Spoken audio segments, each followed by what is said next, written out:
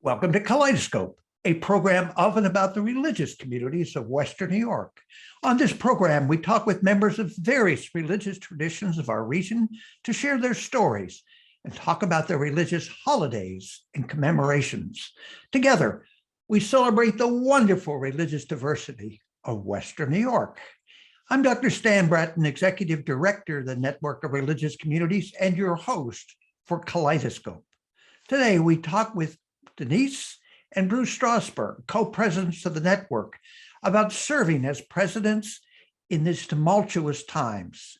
And we will visit 3 African-American congregations. It has been 2 years since Bruce and Denise Strassburg were elected co-presidents of the Network of Religious Communities. During these 2 years, there have been an ongoing pandemic, Black Lives Matter, political turmoil, and many other things, much more than I'm sure they expected when they took on the mantle of president of the Network of Religious Communities. So we thought we would take this opportunity to talk with them about the experience of being president of the network in such tumultuous times. Welcome to Bruce Strassburg and Denise Strassburg. It's good having both of you here for Kaleidoscope.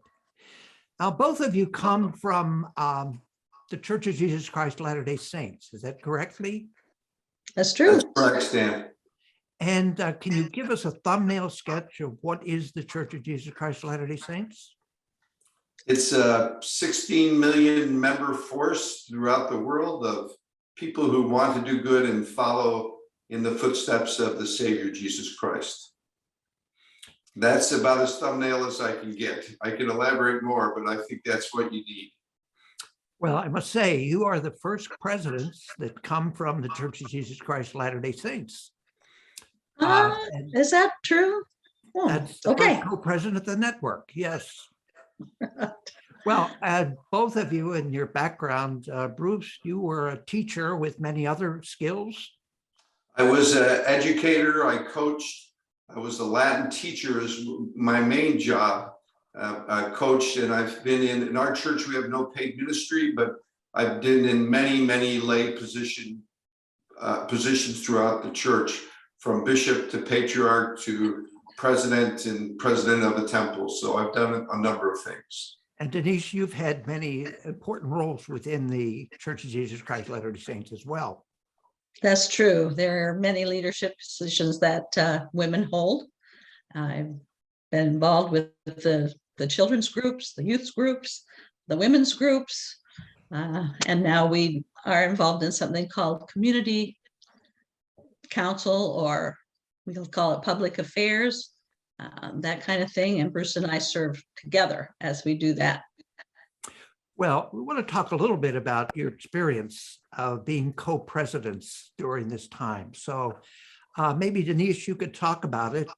You've had many of the times of chairing meetings. What has been this experience like for you? Well, unlike other meetings that I have chaired in the past, these last 2 years, every single one of our Board of Governors meetings has been virtual. So we have not met together as a Board of Governors for 2 years. We managed to do a few things outside of the realm of our meetings that allowed us to be together for a little bit. But in some ways, it was a good thing in that we could, there were not the distractions of driving someplace or, having to battle weather, that sort of thing. So many of us were able to meet where maybe in the past, if you were traveling somewhere, you couldn't do that. So that was a benefit. But it also is a little hard in that being close together physically helps to create bonds that maybe the virtual business does not. But I think that we still were able to do some very good things and continue to use all of our skills, from all of our religious traditions to do some good work still.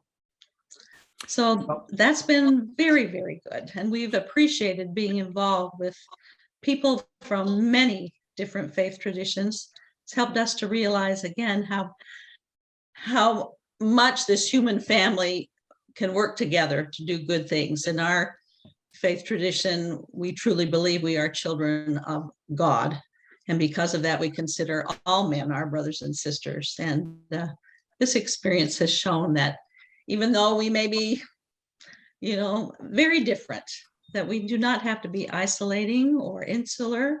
We can bring our little piece of fabric, whatever color it is, and put it into the big quilt and collaborate and do good works.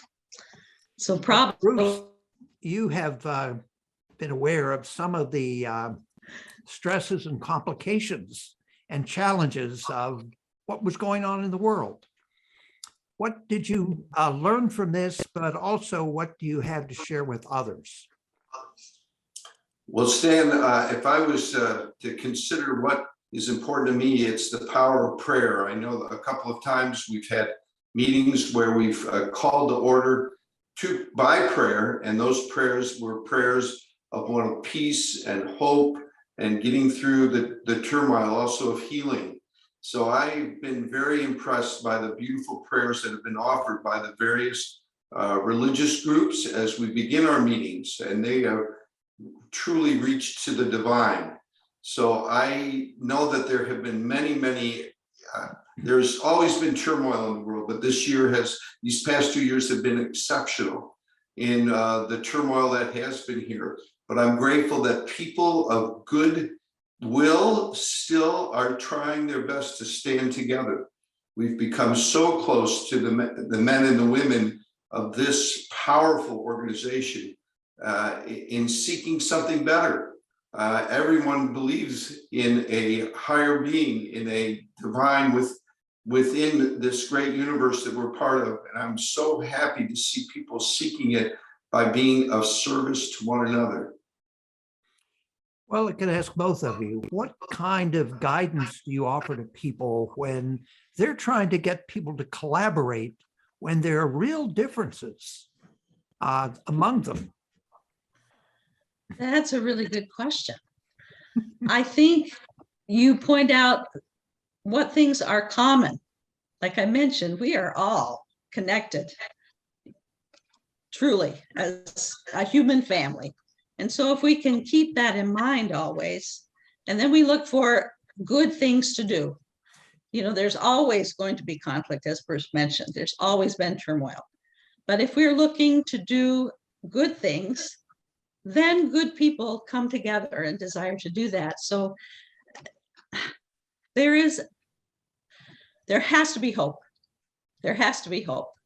And I think we all find that in our various faith traditions. And if we can hang on to that hope and then go about physically doing good things, whether it's, gathering around some kind of donation for a charitable organization or providing food in a food pantry, those good things bring out good things in good people. And we survive on that. Bruce? Well, Stan, because Denise and I have been involved almost 10 years now with the network as the representatives for the Church of Jesus Christ of Latter-day Saints, I'm always amazed at the depth of faith that people have, that there is hope in this world, even in the face of turmoil. I've been so grateful for two special meetings that we practiced these past 2 Novembers, where we had a Thanksgiving celebration with the National Federation of Just Communities, held one at a Roman Catholic church and the next one at a Baptist church. And in it, I heard messages from every single denomination that were involved of powerful hope in the face of what some people would call despair. I'm grateful that they found it because they all practiced, I'm not sure what every denomination calls it, but they all practice the golden rule of loving what they see as the divine and loving their brothers and sisters in a way that will allow them to be more divine. It was, for me, messages of hope, and the good that has come from that, service opportunities, it's been amazing to me.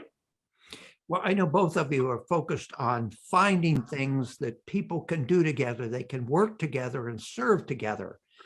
You know, we've all struggled with how to make statements when we have such a diverse group. Those challenges, I notice you're laughing, Denise.